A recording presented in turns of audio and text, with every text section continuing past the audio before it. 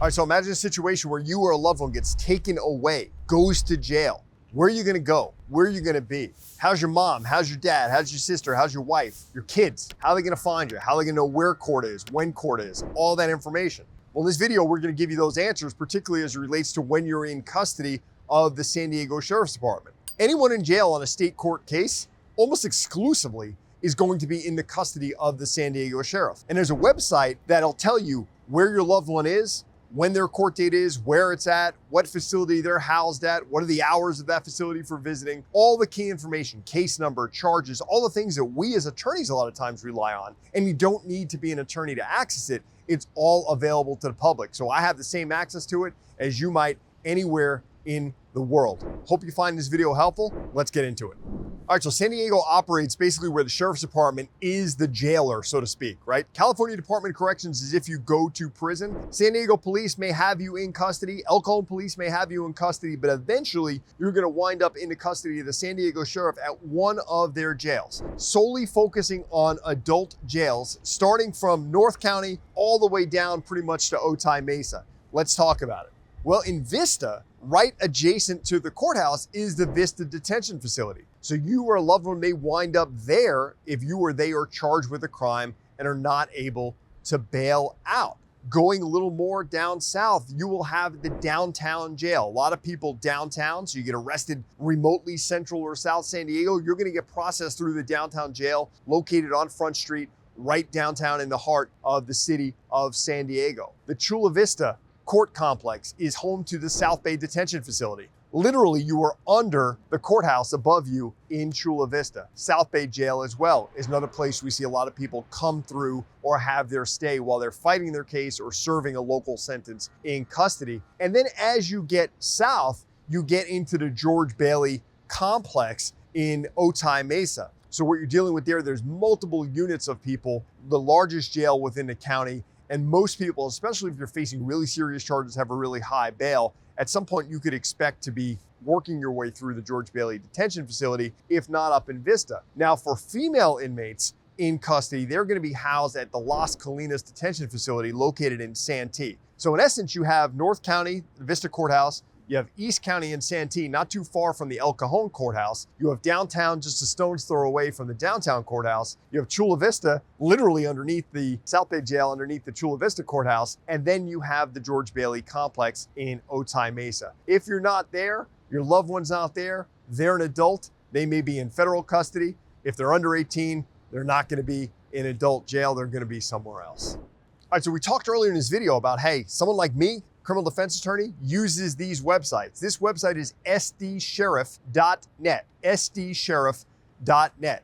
And attorneys use it, the public could use it. Now, why do we use it? Why is it valuable? Because let's say we get a call as an attorney from a family or from someone who's in custody and they say, hey, I want you to come see me. I want to hire you to potentially represent us in court. Well, we want to know first where they're at, whether we're able to visit them, what facility they're at, what unit they're in within that facility. If there's a case number, we'll know there's an active court case against them already or not. What the charges are that they're either charged with in court or at least booked into jail on if they recently just got arrested, when their next court date is, what time their next court date is, how many felonies or misdemeanors they're booked in on, what their bail amount is, so on and so forth. So essential first pieces of information, the who, what, when, where, why, as much as we could determine through publicly available information. Now, for friends or family, it's the same thing, right? You want to know, hey, what's my brother charged with? What's my spouse charged with? Where are they going to be? And then you could relay that information to the attorney or the law firm that you're considering hiring so they know that you're on top of it as well. You could also use sdsheriff.net if you have a loved one in custody to send them an email. And when I say email, it's not like in other facilities or other counties or even within the prison system where, they get to a laptop and the federal system sometimes to send you an email. It's a real antiquated way. You send an email, the sheriff probably looks at the email, they fold it up, print it out, it's a piece of paper, slide it under the cell door.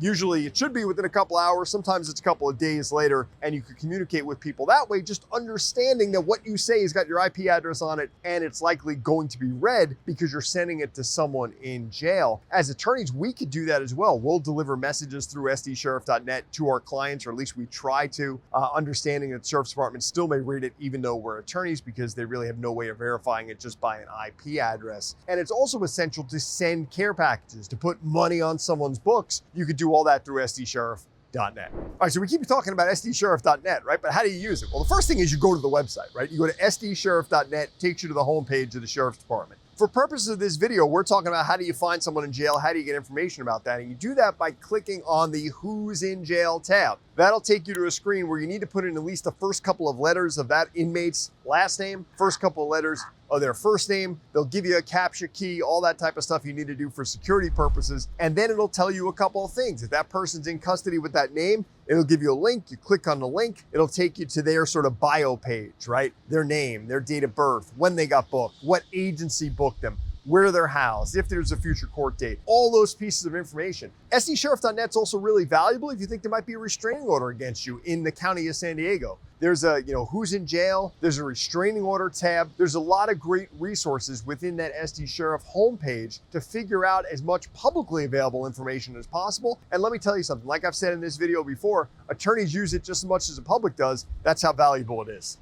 All right, so now you're on the homepage, right? You click on the Who's in Jail website, you find your loved one, you find your friend, whoever it may be, and you see all these codes on there, right? It starts talking about case number, and you see SCD in 6 numbers, SCN in 6 numbers, M in all these numbers, right? What does it mean? Well, that's your case number. That's a court case number. If it talks about next court date, it'll have the date. That's when the next court date is. There may be some code. You see FP, further proceedings. That means someone at the Sheriff's Department really doesn't know what to classify it as. If you see ARR, that's likely your arraignment. If you see RC, that's our felony readiness conference that we talk about in some other videos. If you see PE, sometimes that can mean a preliminary examination, SENT, sentencing, all the like. It'll also tell you the time, and an experienced attorney will be able to tell you based on that time what calendar they're on, more likely to not what that court date really means, combined with the information you're getting from SDSheriff.net and other avenues. Other experienced attorneys should be able to get that information readily available for you.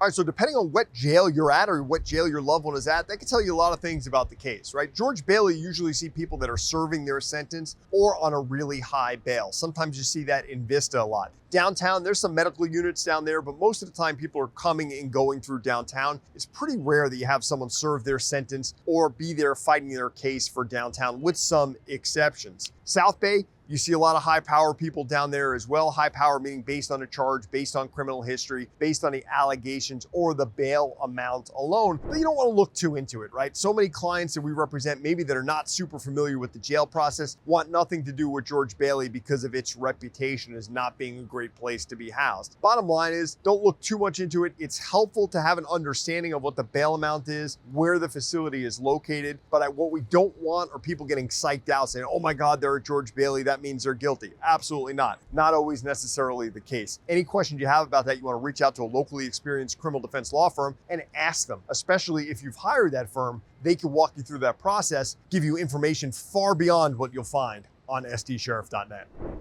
right, so what do you need to know before you actually go visit someone, or at least try and visit someone in jail? Well, a couple of things. One is if you've served any time in state prison, you might be banned from entering the facility.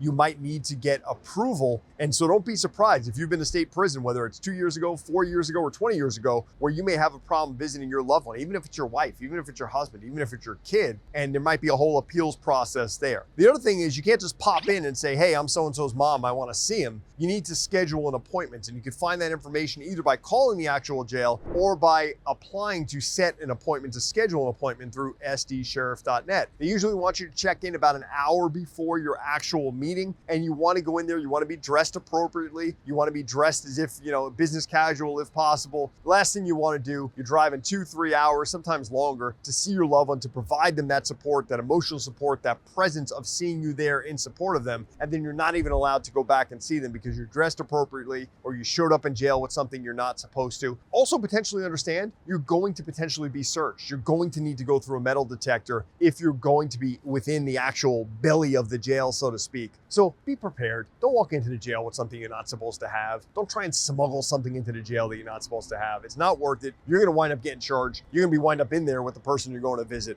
in the first place.